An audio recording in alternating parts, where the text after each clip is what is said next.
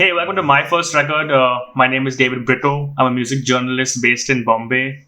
And on my first record, I talk to artists about their debut releases, whether it's an EP or an album. And today we're going to be talking about Adil and Vasundhara's debut full length album, Ampersand, which came out in 2013. And I'm joined by Adil Manuel, the guitarist from Adil and Vasundhara. So, hey man, what's up? How have you been? Great, Dave. Always good to be on board with you. Yeah, man. So I'm going to just pretend that we're sitting on our favorite table in salt water, the corner table, and we're doing this interview with some great coffee, which is here right now with me. And yeah, so we're in salt water right now. Make believe. I'm excited to talk to you about Ampersand. I think, yeah, the album came out when I was in college, and I remember listening to it at that time. Completely enjoyed it and enjoyed the jazz and blues that was coming out from Indian artists, which was refreshing to hear because I hadn't been exposed to that before. And yeah, I wanted to talk about the album. So I remember reading or seeing an interview where Vasundhara mentioned that the album is quite autobiographical and is informed by you guys growing up in big cities. I think at the time you guys were in Delhi, of course. Yes. What can you tell me about what she meant by that? Ampersand, first of all, is really complex album, but its complexity lies in its simplicity, if I may say so. It has many layers to it, not only ours as composers, um, but with the collaborations and with the imagery that we built around it. So it was almost like um, now in hindsight, I can say it was almost like making a film like Inception in a way. You know, let me explain. So, beginning with the sign itself and the ampersand. So it was not only about the two of us, but it was also about the collaborations that were on board, and we were blessed to have all our heroes on board. We had Ranjit Barot, Louiz Banks, Sanjay Devecha, Zubin Palapore, so many more incredible artists. So this was a huge album in terms of that, and then being at Yashraj. So it was and this and that, and then I think the first mood board or album mood board or whatever was 14 songs, including some from the EP. But we had done an EP before this, but then we stuck to 10, and each song brought in its own flavor, its own style, and its own unique collaborator. So it was and ampersand, ampersand, ampersand, ampersand. Besides that, the stories that the songs spoke of or alluded to were our lives in the city. Like dealing with living in the city, everything from working there to the pressures of it to the joys of it. So at first we thought we'd call it like the byline or tagline would be ampersand 10 urban Indian stories, but then we removed Indian from it because we concluded that if you're saying urban, that's good enough. That could be anyone in Bombay, Beijing, Bern, Berlin, wherever, they would relate to all these things that we were talking about, and hence, in a nutshell, that's what Ampersand was about. It was also about our own lives at that point and what we were drawing from it. So it was a very well thought of album. A lot went into it. So the ampersand became synonymous with everything. So hence the layers that I was talking about. At the same time, it's a very simple thing. It's ampersand. It's just and.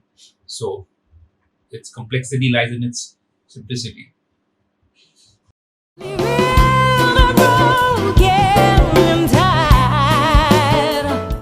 The album opens with 15 Nights to Dawn. Why did you guys decide to pick this song to start the album?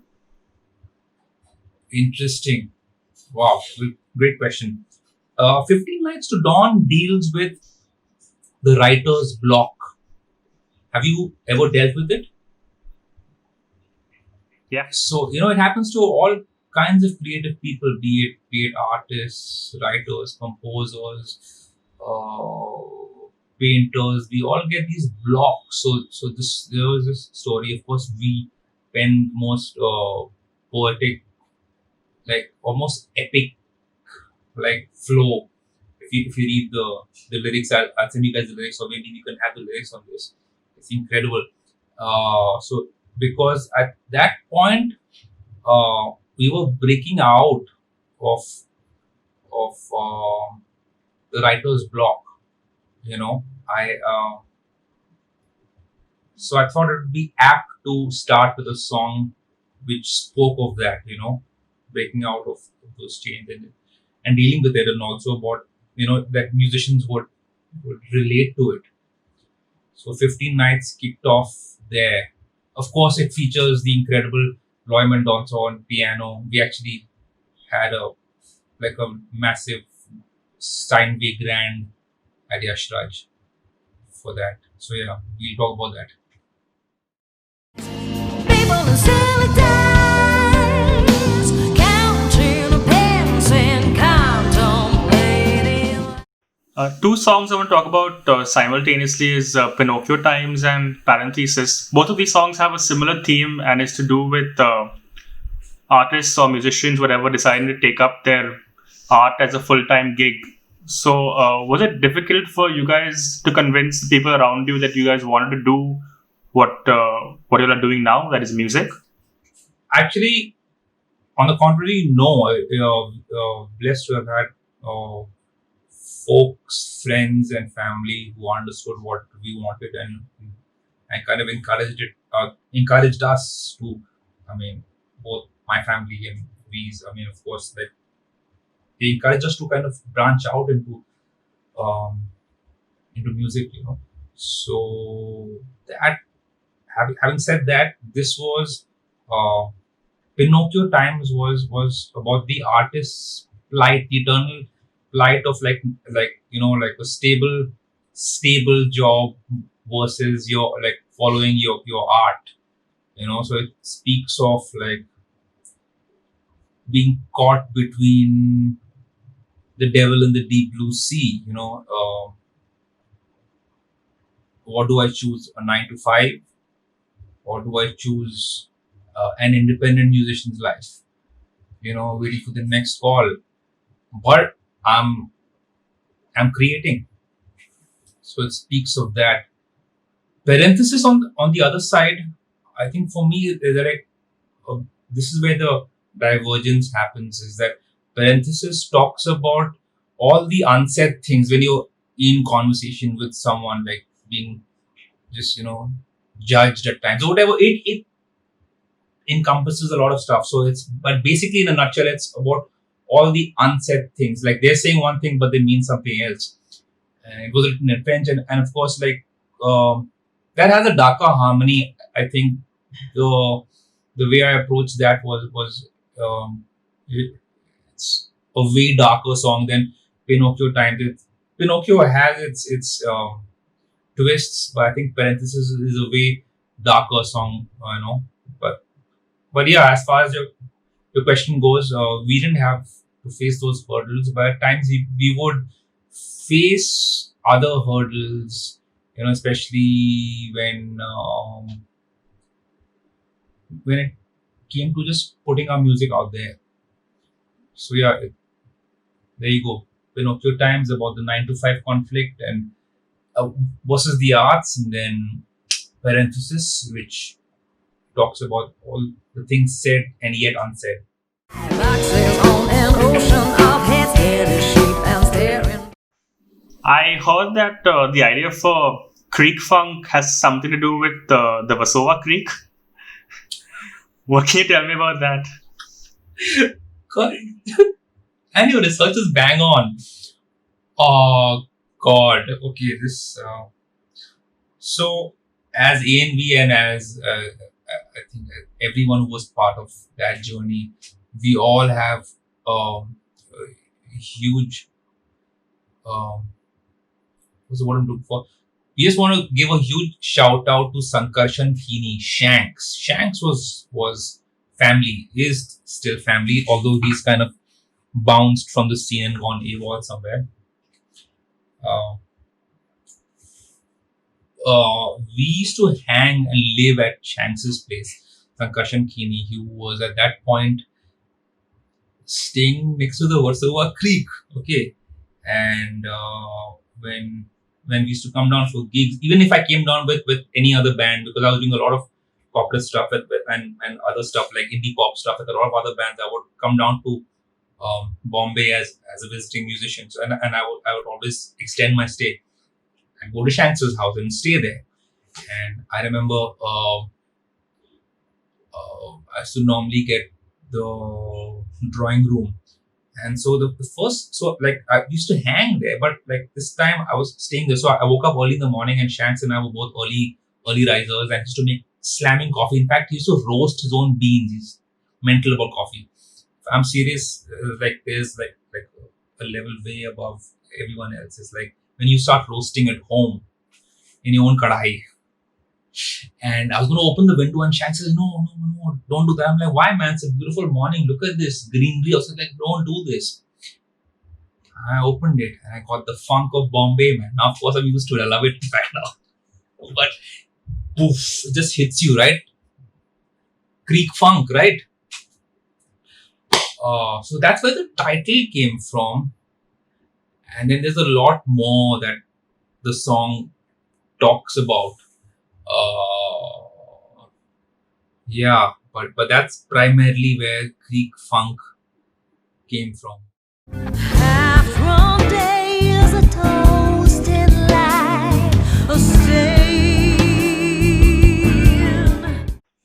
I read that Vasundhara said that Refuge was written in regards to the partition of India.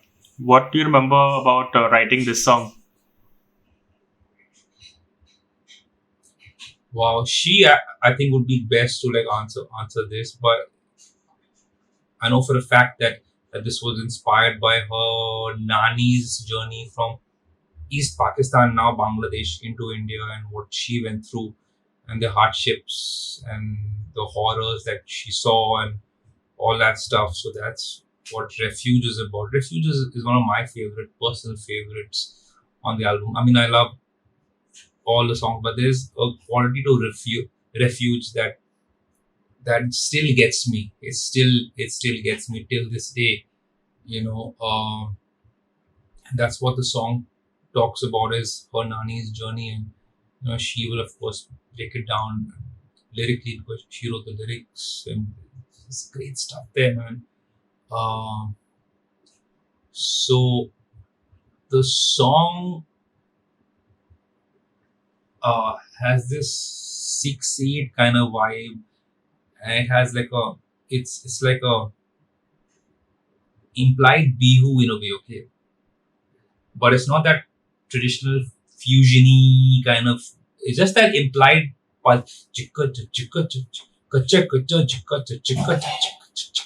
and then Saurabh came up with this really cool line. I don't remember, but I think he went like. And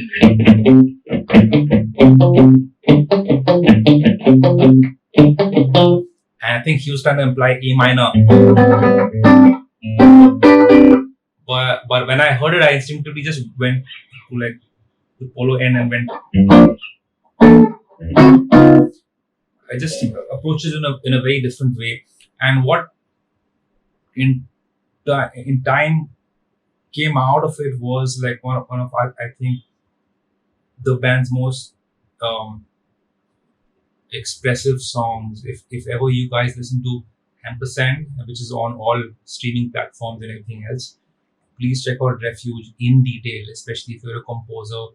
See how the modulations happen, see what goes on in the end, how the rhythms function there, how the harmony functions as opposed to the melody and stuff like that. So yeah, it's one of my favorites.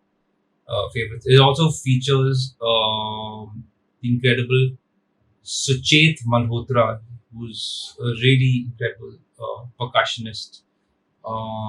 He came into the studio and did some like insane things. There's a lot of percussion on there. It features a lot of African percussions there. And in the end, he had this set of like train whistles, which would give you like different pitches of like old school steam engines. And that's what you actually hear. It's not a sample. Everything's analog, baby.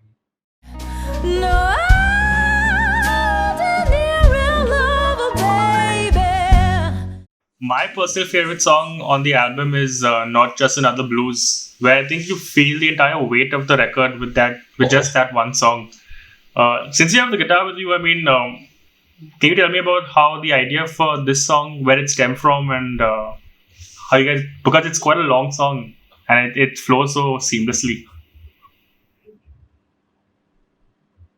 Wow, man. So on set lists, it was written as NJAB. I haven't even thought of it. Not Just Another Blues. NJAB, because it was too big. And on the record, I think it does 8 minutes if I don't know. But live, it would go on even more. As a band, let me just give you like a pre-story. As a band, like I always had this thing of, like the studio record is a studio record, but when you're playing it live, you have the structure, but this is where like the whole improvisational thing comes in, the whole jazz influence comes in. But I would think of it more as jazz fusion, because like, you never like, like swing or bop, more jazz fusion, prog oriented. And yet I would say that we had our own song. NJAB was a ballad, I think the only ballad, and a love song. Initially, I think I came up with the melody. Don't ask me to play it because I don't remember it. It has like a bunch of chords. It's a 16-bar blues in G flat. It's a blues in G flat, 16-bar blues with a separate outro section. How to go?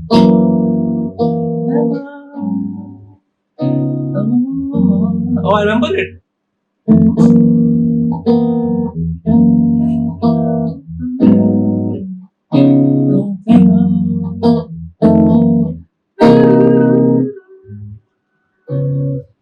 It goes on.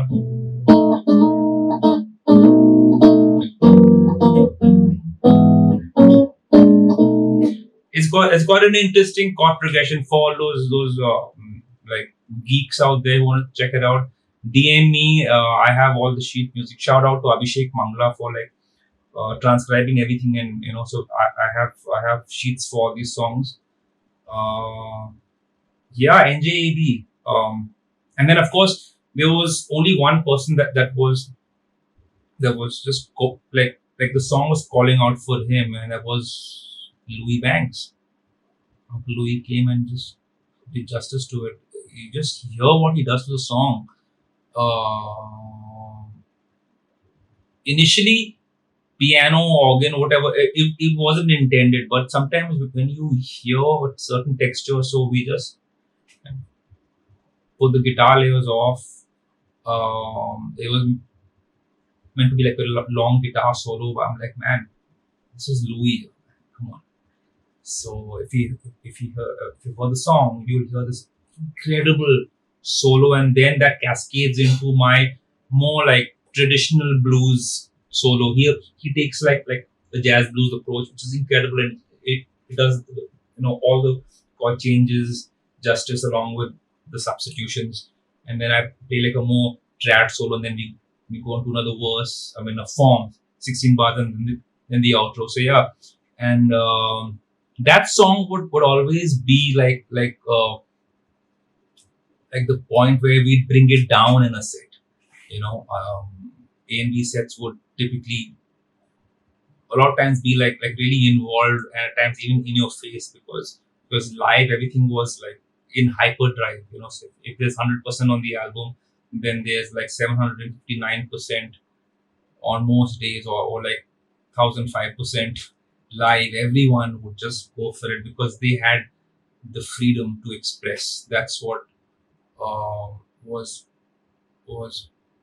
so beautiful about the band, because the band had so many lineup change. I won't even say lineup changes. There were these incredible musicians who just came and just did their art, expressed themselves, and then the next bunch of people came in. It was always like a rotating family hang. You mentioned some of the names of the collaborators. I mean, it's a star-studded personnel: Loy Mendonsa, Louiz Banks, Zubin, Ranjit Barot. How did all these collabs come about?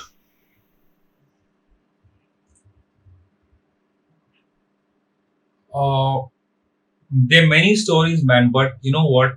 Uh, Here's when I think, on behalf of all of us, I'll give a huge round of thank yous, a huge hug, lots of gratitude, and everything else to Shantanu Hudlikar.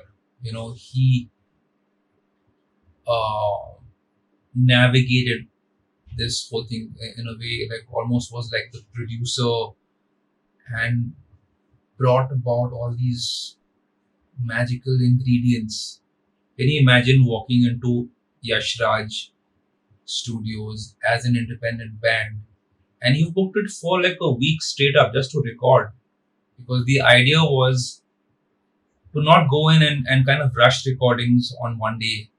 Was the idea was to record like how uh, my heroes from, like, the 70s and 80s had done, like, which was go and practically live and breathe in the studio, and so many things are done on the fly. There are like some tracks out there where we just put the metronome off because most, so like all tracks, I think all of them, the core, so it was Sava, Saurabh, Vasu and I, the four of us were tracking live because it's so big. So I would be in the control room, and Vasu would be like in one of the rooms on the left, and then Sava in the big room, and then Saurabh in one of the other rooms behind. So a lot of that is just felt. It's just, um, coming back to your question of how did it all happen, I think Shantanu Hudlikar brought in a lot of this.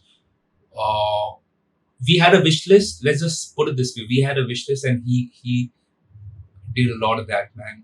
If it wasn't for him, like stuff like Loy coming on board. So the thing is, like, in an interesting story, 15 Nights to Dawn actually was like the intro was actually written out for Shanks to play a violin piece, because the first time when we performed 15 Nights to Dawn was at Blue Frog in 2011, 10, I don't know, 10, 11.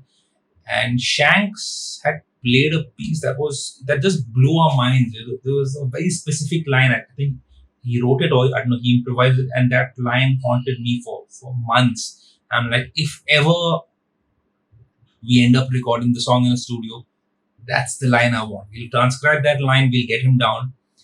And of course, our lives are such that there's nothing certain, especially for musicians, So Shanks could make it to the recording.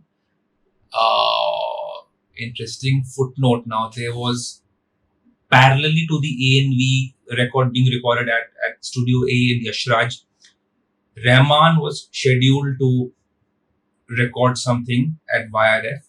So one day when we were tracking inside, this massive Steinway was rolled in, okay? Brand new, spanking new Steinway, 9 foot. And it was all tuned up, and everyone came and mic'd up and all. And I don't think AR landed up. So we were tracking 15 Nights to Dawn. And I was getting a little stressed because I'm like, man, without the violin part, this doesn't work. Let's just drop this. But it's a beautiful song. Vasu and the band were like, no, I think we should do this. Then Shantanu, typical Shantanu style, like if you ever dealt with him, he wears his glasses, right? He'll take them up like this. Let's get Loy for this. I'm like, okay, cool. I mean, we knew him, we hung out and stuff like that. But sure enough, next day, man. So we'd report to the studio every day around 10:30, and then we start recording at 11. I'm told Loy was there at 9. He was already practicing his takes. So when we entered, he was already warmed up. And I don't know whether we have those takes or not, or those B-rolls, but some incredible stuff that he played there. Just to go through those recordings, I have some of the YRF dumps, and he was just going for it. So yeah, Devicha I really wanted on because he's been like one of my guitar heroes here. I think he's a really cool guy also. He's very zen, and so it was an honor to have him on board for Dog Days with Sava wrote, the drummer, Sava Boyajev. Incredible guy, man. What a drummer. And yeah, finally, just looking back on the album now, what are your thoughts on it? It's been 7 years since it's come out. Been pretty well received as well. Really?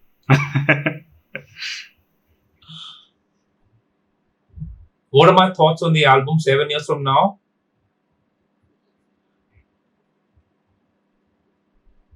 They're all beautiful, great, joyous thoughts. I would love to see it re-released or rediscovered, man. That's where you guys play a part, because there's so much incredible music. I'm not boasting about it, okay? I'm not bragging about it, but I think everyone, all those 10 collaborators, Ampersand, everyone, the band, the engineers, it's everything just turned out right. I mean, you can always go back and say, I should have done this and should have. We didn't get into that should haves and could haves, because there'll always be should haves and could haves. I still feel that if it's rediscovered or re-released or whatever now, it will open doors to like a new set of listeners, especially with social media. Because around that time, social media was just getting in, right? Facebook was just about getting a little more popular. I think we only had Apple Music or iTunes. It was called iTunes then, right? So yeah, I think it still needs a wider audience, and rightfully so, because there's so much incredible work there. So after all the recordings, and of course, Shantanu Hudlikar, along with his incredible team of Abhishek Khandelwal and come on, what's her name? I'm not getting her name right now. Mansi. The way they forged this, in the recording studio, and then Shantanu, of course, doing the final mix and production, and then that being sent to Chris Athens. Did you know that Chris Athens mastered this album? Chris Athens is the same guy who has done Erykah Badu stuff and AC/DC and everything in between that. That's the spectrum. So Shantanu set it up with Chris Athens and he mastered it, and then we had we did 2 rounds of masterings with him. Plus the the collaborations. Oh my god, I have one more story, Dave. Sorry, but this has to be heard, okay? Pinocchio Times is a really twisted song. It's got tons of odd time signatures, and it's actually in 11, but you can break it down. You could break it down in many parts, and then the second half of it is like in 5. We were done recording with this, and I think it was our break day or whatever, and Ranjit Barot was in the studio that day. We weren't there. The band was there. I think it was like a break for us. They were chilling at Shanks's probably, and Shantanu calls us saying, "Hey man, listen, Ranjit's here, and he loves the song. He wants to play on it. Is it cool with you guys?" We were like, "Huh? Yeah, go for it." And that was it. Ranjit slammed that song, like fucking slammed it. The first take was just listening. And this is a really complex song. I mean, everyone, whoever's played it gets foxed or they need the sheet for it, because you just can't absorb it in one go. It took us a while. Ranjit heard it, one take, played, him, and he's like, yeah. And then the second was the fucking take. Only RB can pull this off, okay? So, Guruji, man, and that brought in the flavor for me. It's like it's Refuge and Pinocchio. That the whole flavor.